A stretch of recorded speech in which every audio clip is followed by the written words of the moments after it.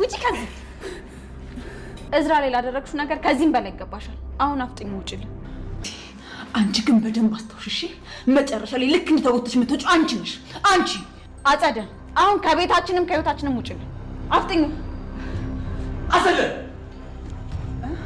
እንዴት ብትደፍሪኝ ነው ከዚህ ሁሉ በኋላ ተመልሰሽ ቤት የምትመጪው? ሀብል የሚባለውን ስም አልወደውም ማለችሽ እንዴ? እንደሱ እንኳን አላለችኝም፣ ግን እኔ እንጃ እማዬ፣ ብቻ በዛ ስም ስጠራት ደስ የሚላት አልመሰለኝም። እዝራ፣ ቅድም ያወራኝ ነገር አይምሮ ውስጥ እየተመላለሰ ነው። የቱ ነገር? የኩኩሻ ነገር። ብቻ የሆነ እንግዳ ነገር አለ።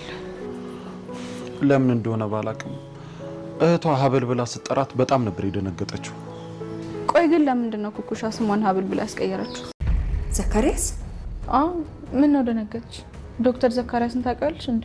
አይ አልደነገጥኩም። ምናልባት ሰው ተመሳስሎብኝ ይሆናል። ነገር አለ። ምን አልሽ አንቺ? እኔ ከባለ ትዳር ጋር የሚልከሰከስ ዱርዬ አይደለሁም። እሺ አንቺ ኩኩሻ ሰሚኛለሽ? ሁለተኛ እንደዚህ ያለ ንግግር ብትናገሪ ጉሮሮሽን በጥሼ ነው የምለቅልሽ። እሺ ልቀቂኝ። ተግባባን? ምንድን ነው? ምን ሆናችኋል? አይ እንትን የምን እንግዳ ግብዣው የይቅርታ መስሎ። አንዲት ልጅ በመኪና ገጭቼ ነበር አላልኳችሁ? ስሟ እንደውም ሀብል ነው። ሀብል? አልገባኝም። ይሄ ደግሞ ምን ማለት ነው? እስክንድርና ቤተሰቦቹ ናቸው የሚመጡት። ምን? እንደውም አሁን እየመጡ ነው። የመኪና ድምጽ እየሰሙ ጸጥ ድምጽ ነው። ሰማይ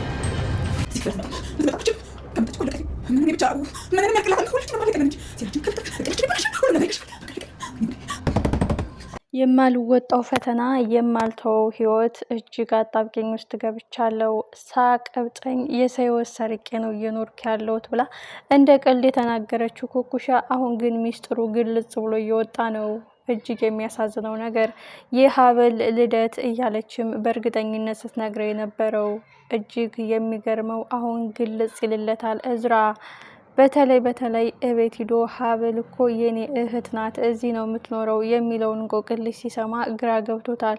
ይህ ማለት የሀብል ማንነትን ሰርቃ ነው። በእርግጠኝነት መነን ያገኘችውን ቻንስና እድል ከመጠቀም ወደ ኋላ አትልም። 100% ከኛ ቤት እንደወጣች የሀብል እናት ሀብልን ፍለጋ በአፋልጉኝ መነን ጋር ተገናኝታ ወጥመድ ውስጥ ገብታለች ማለት ነው ይላል። በእርግጥ ወይዘሮ ሀና የሀብል እናት ወይም የኩኩሻ የውሸት እናት እንደሆነች ባይረዳም ሀብል የሚባለውን ስም እየደረበችው በእርግጠኝነት ከወይዘሮ መነን ጋር የሚያገናኛቸው ነገር አለ። ወይዘሮ መነን ሀብልን በትክክል እንደማታገኛትና በዚህ ወጥመድና አጭበርባሪ ስራዋ እንደማትስማማ ስለምታውቅ ኩኩሻን የሀብል እሷን አስመስላ አገናኝታ ነው በማለት 100% እርግጠኛ ይሆናል። እዝራ አሁን እንግዲህ ማርዳን ወደ ውጭ ሀገር ወደ ታይላንድ ሀገር ኩኩሻ እንድትወስዳት ለማናገር ነበር ወደ ቤት የሄደው። እጅግ የሚገርም ሚስጥር ሰምቶ መጥተዋል ኩኩሻ። ስለዚህ ምን ማስተባበያ ያላት? ሰላም የተከበራችሁና የተወደዳችሁ ውድ ቤተሰቦች ሰላማችሁ ይብዛልኝ። ፕሌስ ለቤት አዲስ የሆናችሁ ሰፖርት አድርጉ። ተወዳጁ ሀብል በየቀኑ አጓጊና ልብ አንጠልጣይ እንደሆነ ቀጥሏል። እጅግ የሚገርመው ነገር እንግዲህ አጸደ ሜርሲን ለመጠየቅ ወደ ቤት ስትመጣ አቶ እስክንድር ምን ቀርቶሽ ምን አስቀረተሽ ነው እየተመለሽ በማለት እንግዲህ በጣም ተናግሯታል። ኩኩሻ አሁን በእዝራ ላይ ምን አይነቱ ሸርጣ ጨማሪ ተዋሻለች? አጸደስ ምንድን ነገር ነው የተበላሸባት? አሁን ሁሉን ማባላትና ሁሉን ማበጣበጥ ነው የምትፈልገው አጸደ። በዛ ላይ እዝራ የማያውቀው ድብቅ ሚስጥር ስላለ በዛ ደካማ ጎን እያጠቃቻቸው ነው። ሀብል ደግሞ ባለቤቴን ጫፉን እንዳትነኪ፣ አይመለከትሽም፣ ወፍ ዘራሽም ይሁን ምንም ይሁን እሱ የጋሽ ልጅ ነው፣ አንቺኛን ለመጉዳት የምትጠቀሚበት ደካማ ጎናችን ነው። ይህን ነገር ደግሞ እዝራ ቢያውቅ እርግጠኛ ነኝ ጋሽ እንደባለፈው በጥይቱ ሰደፍ መቶ አይተውሽም፣ ግንባርሽን ነው የሚበትንልሽ ስትል ማንቁርቷን ይዛታለች። ሀብል ማለት ነው። አጸደ አሁን ሁሉም ነገር መስመር እየሳተባት ሜርሲም ከሷ ጎን መስላ ለቤተሰቦቿ ከለላና ጠባቃ ለመሆን ነው እንጂ የእሷ አባል እንዳልሆነች ታውቃለች። በጣም የሚገርመው ነገር ግን አሁን ምን አይነት ማምለጫ ይኖራታል? በዛ ላይ ወይዘሮ ሀና እንደው በጣም የምትገርም ደስ የምትል ልጅ፣ የተረጋጋች ሁሉም ነገር የምትማርክ ውበቷ፣ ቁንጅናዋ፣ እርጋታዋ፣ ትህትናዋ እያለች እንግዲህ ሀብልን በመኪና ገጭታ ስላሳከመቻት ከሷ ከቤተሰቦቿ ጋር እንደተዋወቀች እነሱ ምንም እንደማያውቁ ነው የምታውቀው። እሷ ግን ከስር ከስር እየተከታተሉ ህይወቷን እያዛቡባት እንደሆነ አታውቅም። እንግዲህ ኩኩሻም ይሄን ጉዳይ የወይዘሮ ሀናን አድናቆትና ትህትና በሀብል ጉዳይ ላይ ስትሰማ በጣም ነው የደነገጠችው። በጣም የሚገርመው ጉዳይ ግን የገዛ ልጅሽ እንደሆነች ብታውቂ ምን አለ ትላለች ኩኩሻውን የእሷ ፍቅር አስሯት ነው እንጂ እውነቱን ተናግራ ነጻ ብትወጣ በጣም ደስ ይላታል።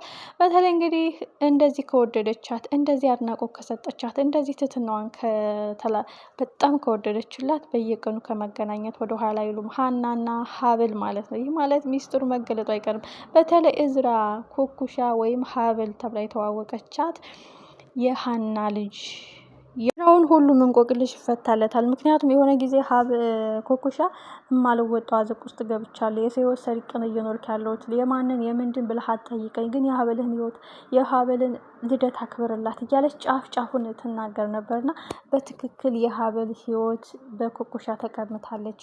መነን ምንም አይነት የገንዘብ ምንጭ የምታገኝበት ሲስተም ካለ ነፍስ እስከ ማጥፋት ትሄዳለች። ስለዚህ ሀብል እናቷ ፈልጋ ስትመጣ መነን ጋር ተገናኝታ መነን ይሄን አጋጣሚ ተጠቅማበት ነው ብሎ ሊያስብ ይችላል። በቀላሉ አይተውም እዝራ ማለት ነው። ከአንድም ሁለት ጊዜ የሰው ሰርቄ የማልወጣው አዘቅ ውስጥ ገብቻለሁ ብሏል። ትልቁ ጉዳይ ግን እዝራ ትልቁ እንቆቅልሽ የሚፈታበት ወይዘሮ ሀና የኩኩሻ እናት ተብዬ መሆኗ ካወቀ በቃ ሌላው እንቆቅልሹ ይገለጽላቸዋል።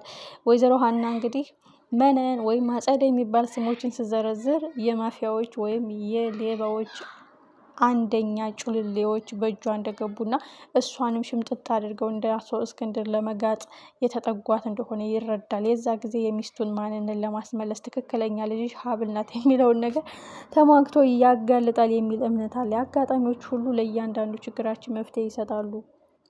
ሀብል ወላጅናቴን እፈልጋለሁ የሚል እንቆቅልሽን ስትጀምር ኩኩሻ በእርግጠኝነት የሀብልን ሕይወት ነው የሰረቀችው ብሎ 100% እርግጠኛ ይሆናል። በጣም የሚያናድደው ነገር ደግሞ እዚህ ጋር እንግዲህ ኩኩሻ አሁን ነገሮችን መተው አልፈለገች። ምክንያቱም በእነሱ ፍቅር ሰምጣለች። አዲስ በመጣቸው እህቷ በእናቷ ባትወልዳትም በቃ እንደ እናት ተቀብላታለች፣ እንደ ልጅ ወዳታለች። ወይዘሮ ሀና ደግሞ ሀብልን ትክክለኛ ሀብል የገዛ ልጇ መሆኗን ባታውቅም በጣም ወዳታለች። በየቀኑ ብታገኛትና በቃ እሷን መራቅ እንደማትፈልግ ነው ስትናገር የሰማናት እና ይህ ሁኔታ ደግሞ ኮንፎርት ነስቷቸዋል። ምክንያቱም ከተቀራረቡ በየቀኑ ከተገናኙ ስለኛ ማንነት ሊያውቁ ይችላሉ። የዛን ቀን ህይወቷ እንደተቀማች ትረዳለች። በዛ ላይ እንግዲህ የኩኩሻ እህት አዲስ የመጣችው ማያ ኩኩሻ ማለት ሀብል እኮ የኔ እህት ናት፣ የት ትኖርልህ? እዚህ እኮ ነው የምትኖረው ስትል እዝራ በጣም ደንግጧል። ብዙ ያልነገረች ሚስጥር እንዳለና የማንን ህይወት ነው የሰረቀችው? የማንን ማንነት ነው የተላበሰችው? ሲቀጥል የሚስቴን ስም መጠቀም ስለምን አስፈለገ የሚለው ነገር ሀብል ኩኩሻ የውሸት ነገር መልስ ብትመልስለትም እዝራ ግን አልተዋጠለትም። በጭራሽ እንዲህ ሊሆን አይችልም። ከአንድም ሁለት ጊዜ ደስተኛ አይደለውም። የሰው ሕይወት ሰርቄ ነው እየኖርኩ ያለሁት፣ የማንን አትበለኝ ብላኛለች። ስለዚህ የአንቺን ስም ስለምን መጠቀም አስፈለገ የሚለው ነገር እንቆቅልሹን ይፈታል። ሀብል ብቸኛ ነሽ፣ ወፍ ዘራሽ ነሽ፣ ሆስፒታል ተጥለሽ የተገኘች ልጅ ነሽ የተባለች ስትንቋሸሽ የነበረችው ሀብል በጣም ትህትና የተላበሰች ልበ መልካም ልበ ቀና፣ ባታውቃትም እቤቷ መታ ይቺ ሴትዮ እናቴ በሆነች ብላ የተመኘቻት የወይዘሮ ሀና ልጅ እንደሆነች ከጊዜ በኋላ ግልጽ ይሆናል። በተለይ ሜርሲ አንድ ሚስጥር ከአጸደ ከወጣ ከቤተሰቦቿ ጋር ትልቅ መስዋዕትነት ለማድረግ የሀብልን ህይወት ልታስመልስለት ትችላለች። በዚህ በኩል እዝራ ደግሞ የኩኩሻን ህይወት እያወቀ ነው እና በጣም ውስብስብ ሳይሆን ግልጽ ብሎ በትክክል ሚስጥሩ ሊገለጥ ነው። መነንና አጸደ ተያይዘው ወደ እስር ቤት ይወጣሉ። ኩኩሻ ሜቢ እውነቱን ተናግራ ነጻነት ልታወጅ ትችላለች። ቀጣይ ክፍል